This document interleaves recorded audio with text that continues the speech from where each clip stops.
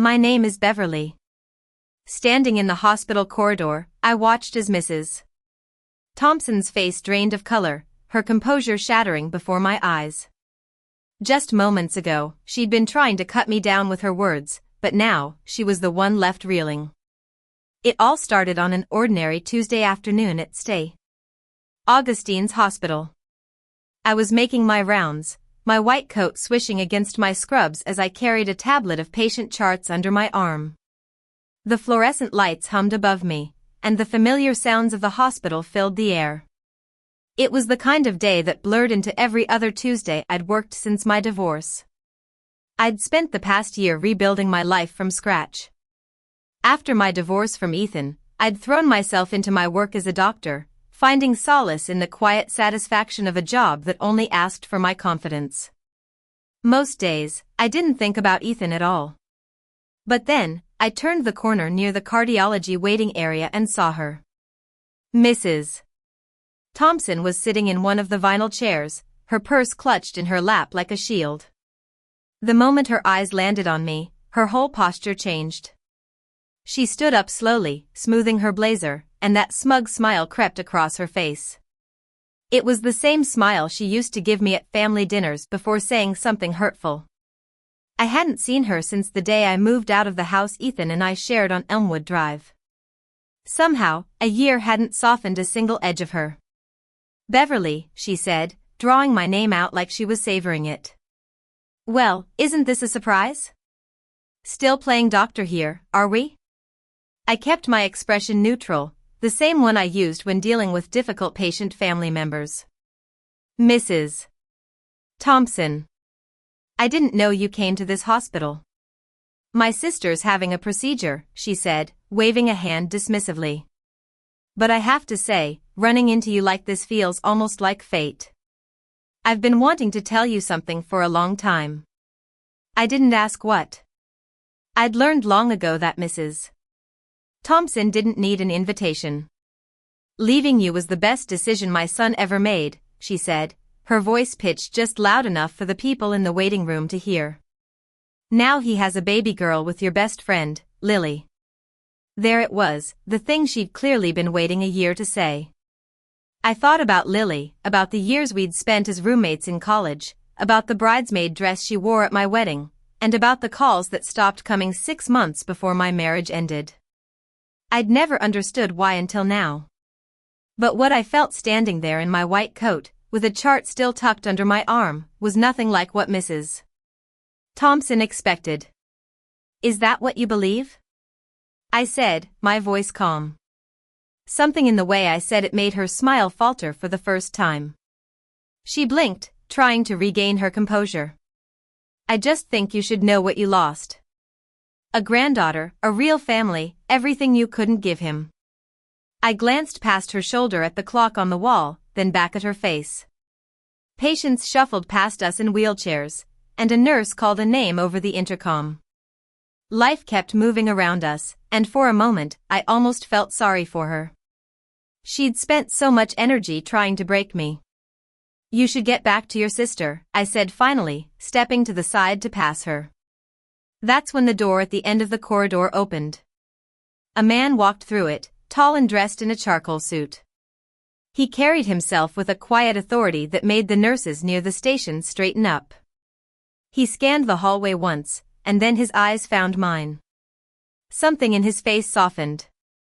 Beverly, he said, crossing the distance between us in a few easy strides. His hand found the small of my back in a gesture so natural it was almost second nature. Mrs.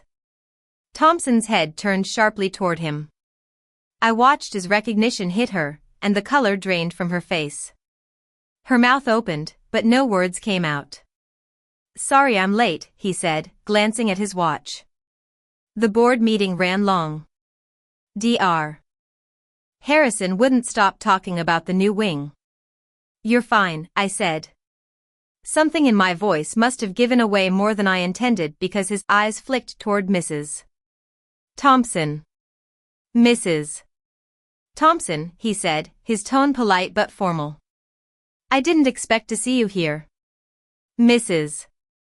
Thompson's mouth opened and closed twice before she managed to say, "Max. You two know each other?" "We're getting married in the spring," I said simply. I watched as the words landed on her like a slow-moving wave. She was trying to reconcile the image she'd built of me, divorced and alone, with the reality in front of her. But that wasn't what made her face lose its color. A few seconds later, Max turned to me and said, "I meant to call you earlier. The audit on Thompson Enterprises came back this morning. We found enough discrepancies in the quarterly filings to bring it to the full board tonight." I felt Mrs. Thompson go rigid beside me.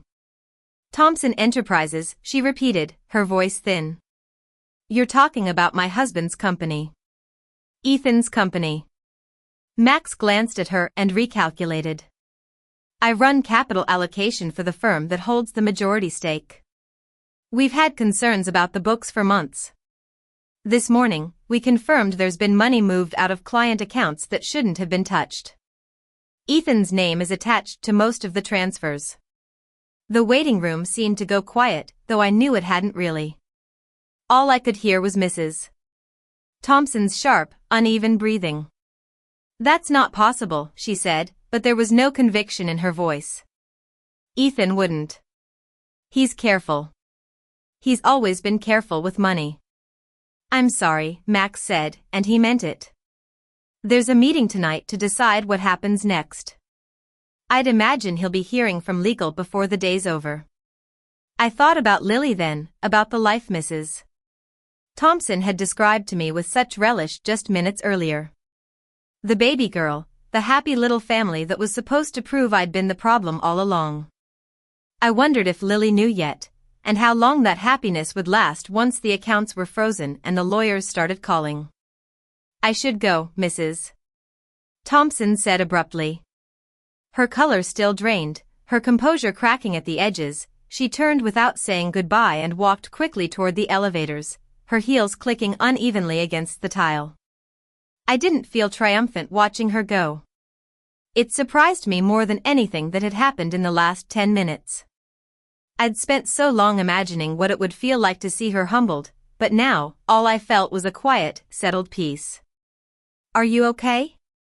Max asked, turning to face me fully, his hand finding mine. "I am," I said, and for the first time in a long time, I meant it completely.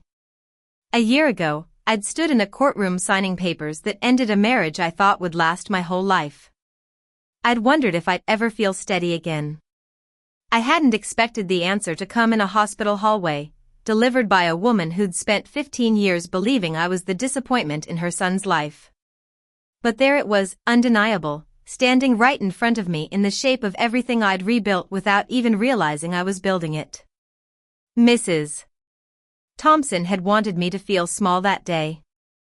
Instead, I walked out of that hospital corridor with Max's hand in mine, lighter than I'd felt in years. I finally understood that the best revenge isn't the one you plan. It's the one that simply happens because you keep living your life with your head held high while everyone else assumes you'll fall apart. If this story means something to you, if you've ever had someone try to make you feel small for a life you didn't choose, do me a favor and hit that subscribe button before you go. I share these stories every week, real moments of betrayal, resilience, and the kind of justice that arrives when you least expect it. I'd love to have you along for the next one. Thank you for listening, and I'll see you in the next story.